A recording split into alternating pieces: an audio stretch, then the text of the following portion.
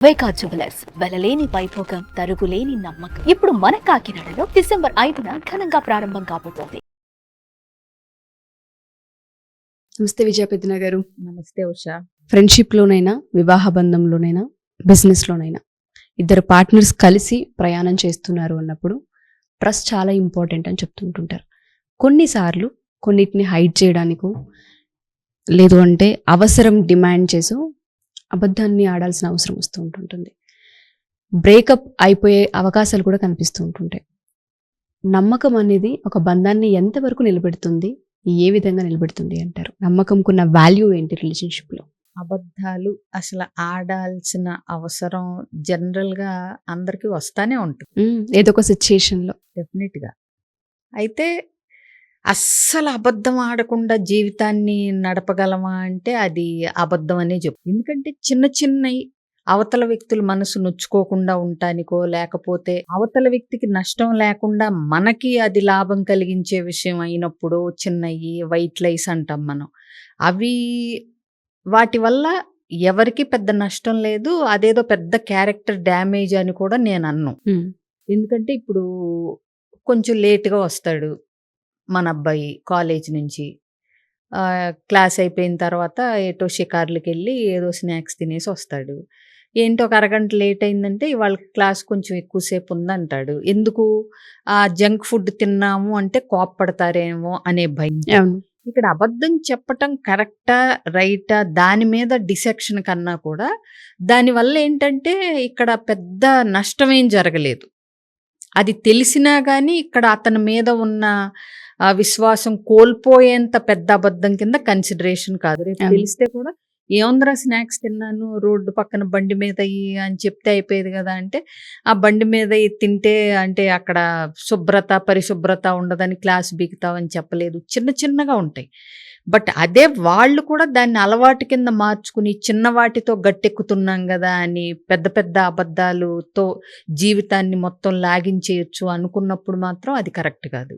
ఇప్పుడు ఇంకొకటి, ఒక భర్త వాళ్ళ ఆవిడ హెయిర్ కట్ చేయించుకుని వచ్చి ఎలా ఉంది అని అడిగింది అనుకోండి. అది ఈయనకు అస్సలు నచ్చలేదు, ప్లస్ ఆవిడికి సూట్ అవ్వలేదని ఈయన బలంగా నమ్ముతున్నాడు అనుకోండి. ఇప్పుడు ఓకే కానీ నాకు అంత నచ్చలేదు అని చెప్పొచ్చు, లేకపోతే దరిద్రంగా ఉందని చెప్పొచ్చు, యాక్చువల్గా ఏం ఫీల్ అవుతున్నాడో చెప్పొచ్చు, చండాలంగా ఉందని. బట్ అంత బ్రూటల్ ఆనెస్టీ కూడా అవసరమా? ఇంకా బెటర్ది హెయిర్ కట్ అయితే బాగుండేది అనొచ్చు. అంటే ఆ నిజాన్ని చెప్పటంలో కూడా మళ్ళీ కమ్యూనికేషన్ అనేది వస్తుంది. చండాలంగా ఉందని చెప్పటం వేరు, దీనికంటే ఇంకొకటి అయితే బాగుండేదేమో అని చెప్పటం వేరు. సో ఇక అసలు మేజర్ ప్రాబ్లం ఎక్కడ వస్తుందంటే ఉషా, ఫైనాన్షియల్ ఇష్యూస్లో, ఎక్స్ట్రా మ్యారిటల్ అఫైర్స్లో, విషయాల్లో, అలాగే బిజినెస్లలో. అదే ఫైనాన్షియల్ అంటే బిజినెస్ వీటిల్లో వస్తుంది. ఇంకో మెయిన్ థింగ్ ఏంటంటే నువ్వు చెప్పే అబద్ధం వల్ల నీకు లాభం ఉండి అవతల వాళ్ళకి నష్టం లేకపోతే కొంతవరకు బెటర్. నువ్వు వాడిన అబద్ధం వల్ల అవతల వ్యక్తికి అది తెలిసిన రోజున వాళ్ళకి నష్టం జరుగుతుంది, లేదంటే పూర్తిగా నువ్వు విశ్వాసాన్ని కోల్పోతావు, ట్రస్ట్ కోల్పోతావు అన్నప్పుడు అసలు అబద్ధం చెప్పకుండా ఉండటం బెటరు. నేనేమంటానంటే అసలు అబద్ధం ఆడాల్సిన పరిస్థితులు తెచ్చుకునేదాకా వెళ్లకుండా ఉంటే బెటర్ కదా. ఇప్పుడు మా అమ్మకి పరిశుభ్రంగా లేదు, హైజీనిక్గా లేదు కాబట్టి నేను రోడ్డు పక్కన బండి మీద తినటం ఇష్టం లేదు అని తెలిసినప్పుడు వాడు తిని వచ్చి అబద్ధం ఆడాల్సిన, అంటే అవతల వ్యక్తి అభిప్రాయానికి వాల్యూ ఇచ్చామనుకో అబద్ధాలు ఆడే సంఘటనలు తక్కువ అవుతూ ఉంటాయి. సో మా అమ్మ నేను బయట చెత్త తిన్నాను అంటే తెలిస్తే ఫీల్ అవుతుంది అని అనుకున్నప్పుడు తినకుండా రావటం బెటరు. 2 తినదలుచుకున్నప్పుడు మంచి ప్లేస్లో తినటం బెటర్. అంటే నేను అనేది ఏంటంటే లేట్ అయింది ఏంటి అని అడిగినప్పుడు నువ్వు జెన్యూన్గా నిజం చెప్పే అంత ఆథెంటిక్గా ఉన్నప్పుడు అసలు ఇలాంటి అంటే అబద్ధం చెప్పటం, చెప్పానని గిల్టీగా ఫీల్ అవ్వటం, తెలిస్తే వాళ్ళు ట్రస్ట్ కోల్పోవటం, ఇవన్నీ ఒక చిన్న అబద్ధం దగ్గర మొదలవుతుంది. అవునా? ఇందులో ఎక్కువ మట్టుకు నీకు అవసరం ఉందా అంటే లేదు, నీ ప్లెజరే ఉంది. అవునా? నువ్వు అంటే సరదాగా తింటున్నావు, పోనీ తినేదేదో మంచి ప్లేస్లో తింటలేదు. అవతల వ్యక్తులు ఎందుకు వద్దంటున్నారు ఆ ప్లేస్లో తినొద్దని? అక్కడ బాగోపోతే ఏదన్నా ఇన్ఫెక్షన్స్ మోషన్స్ అయ్యే అవకాశాలు ఉన్నాయి కాబట్టి వద్దంటున్నారు. సో అయితే ఒక వ్యక్తిని కన్విన్స్ చేసి నేను అప్పుడప్పుడు తింటాను అని ఒప్పించగలిగి ఆ పనులన్నా చెయ్యాలి. ఇది నేను చిన్న ఎగ్జాంపుల్ చెప్తున్నాను. నువ్వు దీన్నే పెద్ద పెద్ద విషయాలకు కూడా అన్వయించుకునేలాగా చేసుకోవచ్చు. ఇంకొకటి ఫ్రెండ్షిప్ అని చెప్పి మోసం చేస్తూ ఎక్స్ట్రా మ్యారిటల్ అఫైర్స్ కంటిన్యూ చేసే వాళ్ళు ఉంటారు. అవతల వ్యక్తినేమో వాళ్ళది ఫ్రెండ్షిప్ అనే భ్రమలో ఉంచుతారు అబద్ధం చెప్పి. వీళ్ళేమో చక్కగా ఎంజాయ్ చేస్తూ ఉంటారు లైఫ్. ఇది వాళ్ళు అనుకుంటా ఉంటారు, వావ్ నేను ఎంత తెలివిగలని బాగా మేనేజ్ చేస్తున్నాను అని. బట్ అది బయటపడ్డ రోజున ఎంత పెద్ద నష్టం జరుగుతుంది, ఆవిడ ఉంటుందా వెళ్ళిపోతుందా అనేది పక్కన పెడితే, పిల్లల కోసం ఉండొచ్చు, సమాజం కోసం ఉండొచ్చు, బట్ నిన్నైతే జీవితాంతం నమ్మదు కదా ఇంకా. ఎగ్జాక్ట్లీ. సో ఒక వ్యక్తి, నీ జీవితంలో ముఖ్యమైన ఒక వ్యక్తి యొక్క ట్రస్ట్ని, విశ్వాసాన్ని, నమ్మకాన్ని కోల్పోతున్నావు నువ్వు చెప్పే అబద్ధాల వల్ల. ఎస్పెషలీ నేను అన్నట్టు ఒక మనిషి నిజ స్వరూపం ఏంటో తెలియాలంటే వాళ్ళతో మనకి ఫైనాన్షియల్ లింక్స్ ఉండాలి. అర్థమైందా? వాళ్ళతో అంటే ట్రావెల్ చెయ్యాలి, ఓకే, కొన్ని రోజులు కలిసి ఉండాలి. ఇలా ఉన్నప్పుడు అసలు యాక్చువల్గా ఏంటి అనేది బయటపడటానికి ఎక్కువ అవకాశం ఉంటుంది. కొంతమంది అంటే వాళ్ళు ఎలా ఉన్నారు అనేది ఊరికే కబుర్ల ద్వారా అప్పుడప్పుడు కలవటం కంటే కూడా ఏదన్నా డబ్బు రిలేటెడ్ విషయాల్లో లింక్ ఉన్నప్పుడు అవతల వ్యక్తులు ఎలాంటి వాళ్ళు అనేది మనకి క్లియర్గా తెలుస్తుంది. ప్లస్ వాళ్ళతో ఇంటరాక్షన్స్లో ఉన్నప్పుడు వాళ్ళు వేరే వ్యక్తులతో ఎలా బిహేవ్ చేస్తున్నారో తెలిసినప్పుడు ఊరికే అబద్ధాలు ఆడుతున్నారా, అవసరం ఉన్నా లేకపోయినా అబద్ధాలు ఆడుతున్నారా, వాళ్ళ బిహేవియర్ ఏంటి, సూపర్ఫిషియల్గా ఏంటి అనేది ఈజీగా అంచనాకి రావచ్చు. మీరు అన్నట్టుగానే రిలేషన్షిప్లో కనుక మనం చూస్తే ఎక్స్ట్రా మ్యారిటల్ అఫైర్ గురించి నేను మాట్లాడతాను. ఎక్కువ మంది వైఫ్స్ కనిపెట్టినప్పుడు వాళ్ళకి తెలుస్తూ ఉంటుంది. మీరు అన్నట్టుగా మనం ఏ విధంగా ఐడెంటిఫై చేయొచ్చు అన్న కొన్ని వీడియోలు కూడా మనం చేసాం. మొబైల్ ఆఫ్ చేసి పెట్టడం, పక్కనున్నప్పుడు సైలెంట్లో పెట్టడం, టర్న్ చేసి పెట్టడం, ఇటువంటి మనం చూస్తుంటుంటాం. ఎక్కడో తెలియని డౌట్తో ఆడవాళ్ళు ఆ ఆవేశాన్ని, ఆ పెయిన్ని ఆపుకోలేక అడగాలన్న ప్రయత్నంలో అడిగేస్తుంటుంటారు. ఆ టైంలో కనుక చెప్పే అబద్ధం ఎటువంటి దెబ్బతీసే అవకాశం ఉంటుంది అంటారు రిలేషన్షిప్ని? నేను ఫస్టే అందుకే అన్నాను ఉషా, దొరికిపోతే ఇబ్బంది, ఈ పని నేను చేయకూడదు. అసలు అబద్ధం ఎందుకు ఆడతాం మనం? ఎస్కేప్ అవడానికి. ఎగ్జాక్ట్లీ. ఎస్కేప్ అవుతున్నావు అంటే ఏంటి? ఏదో చేసావు. ట్రూ. అంతే కదా, చిన్నదో పెద్దదో.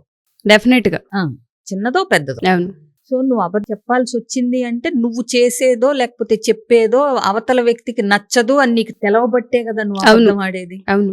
అవునా? సో నీకు అవతల వ్యక్తికి ఆల్రెడీ ఇది నచ్చదు అని తెలిసినప్పుడు అది చేయటం ఎందుకు, దాన్ని కవర్ చేయటం ఎందుకు అనేది ఇక్కడ క్వశ్చన్. అబద్ధం ఆడటం కరెక్టా రైటా కనే కంటే కూడా మనం ఫస్ట్ అబద్ధం ఆడే పరిస్థితుల్లో ఇరుక్కోకుండా ఉంటే బెటర్ కదా అనేది ఆలోచిస్తే గనక ఎవరికి ఎక్కువ ప్రాబ్లమ్స్ రావు. సో నువ్వు చేసే తప్పు అది అవతల వ్యక్తికి నచ్చదు. అది పేరెంట్స్ అవనివ్వచ్చు, పిల్లల అవ్వచ్చు, ఏదైనా, హస్బెండ్ అవ్వచ్చు, ఎవరైనా. నువ్వు చేసే పని మీ అమ్మ చెప్పినా నచ్చదు, మీ నాన్నకి చెప్పినా నచ్చదు, నీ భార్యకి చెప్పినా నచ్చదు, సమాజం చూసినా నచ్చదు అన్నప్పుడు అసలు చేయటం ఎందుకు?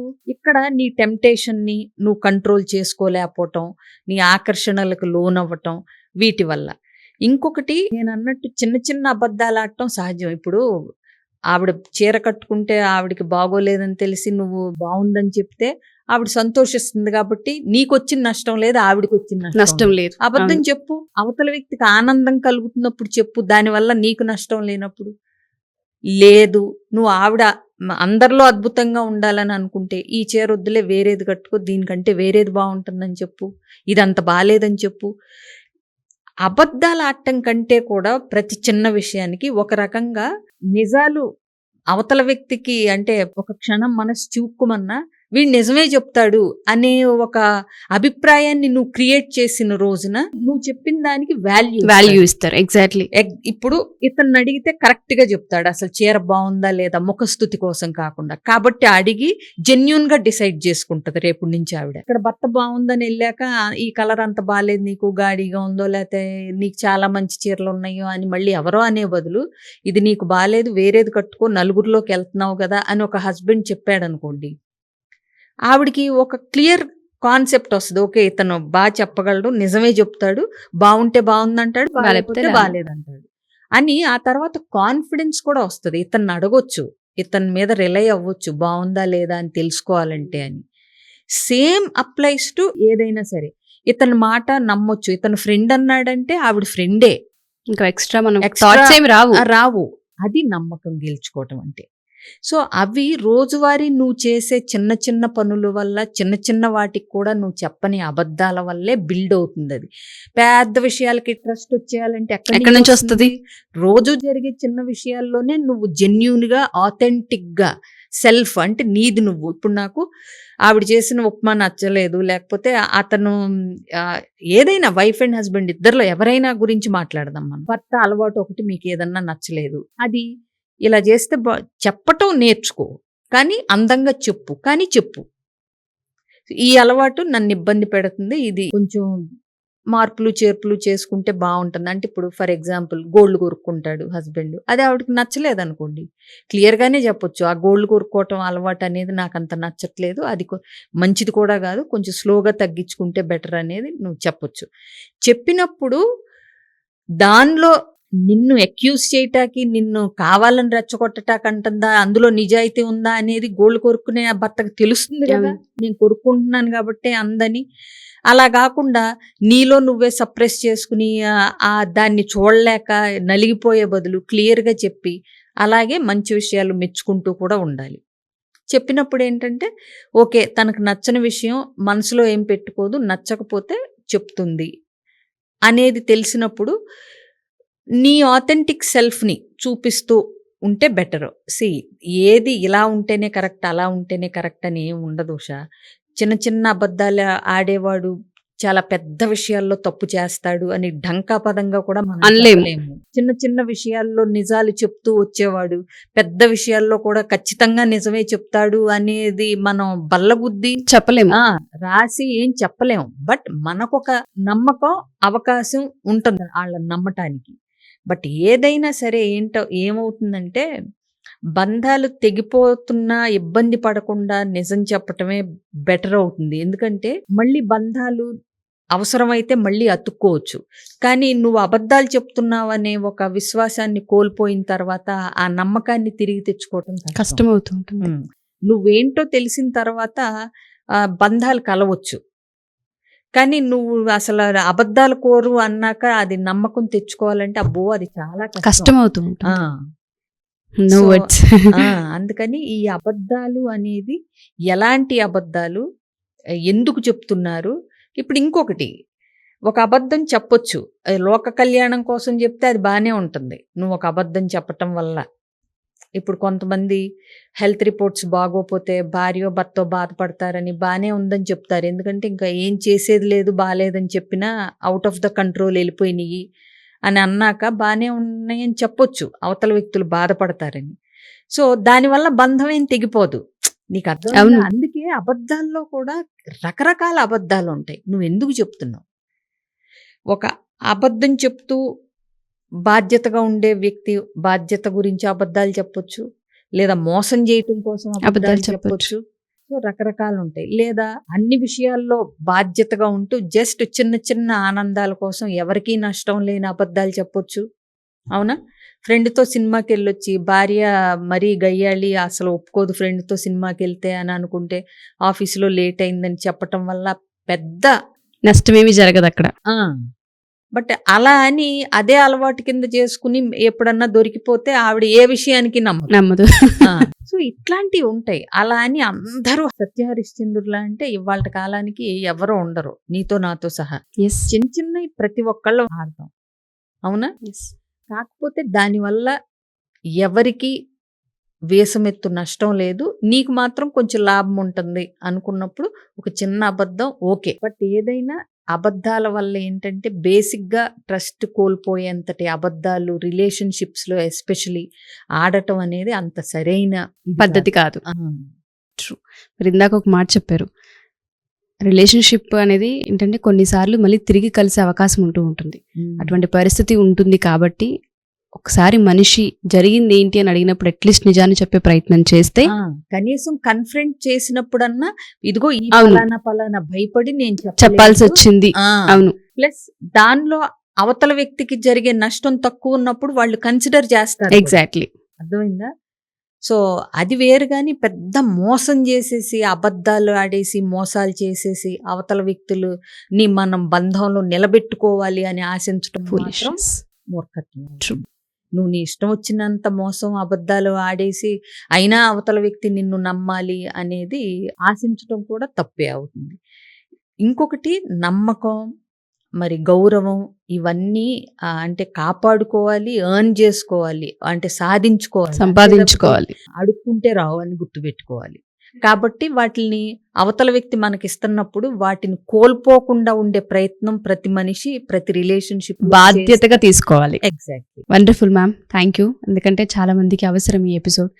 కొన్నిసార్లు ఫేస్ చేసి డైరెక్ట్గా మనం అడిగినప్పుడు కూడా ఓపెన్ అవ్వరు. అటువంటిప్పుడు ఖచ్చితంగా నమ్మకాన్ని కోల్పోతూ ఉంటుంటాం. మళ్ళీ తిరిగి జర్నీ చేస్తున్నట్టే ఉంటుంది, కానీ నమ్మకం ఉండదు ఆ జర్నీలో. దాన్ని రిలీజ్ అవ్వగలిగితే చాలు. ఇంకొకటి ఉషా, ఇంతే ఇంపార్టెంట్ ఏంటంటే అవతల వ్యక్తికి అబద్ధాలు చెప్పాల్సిన అవసరాన్ని రిలేషన్షిప్ లో రెండో వ్యక్తి కూడా క్రియేట్ చేయకూడదు.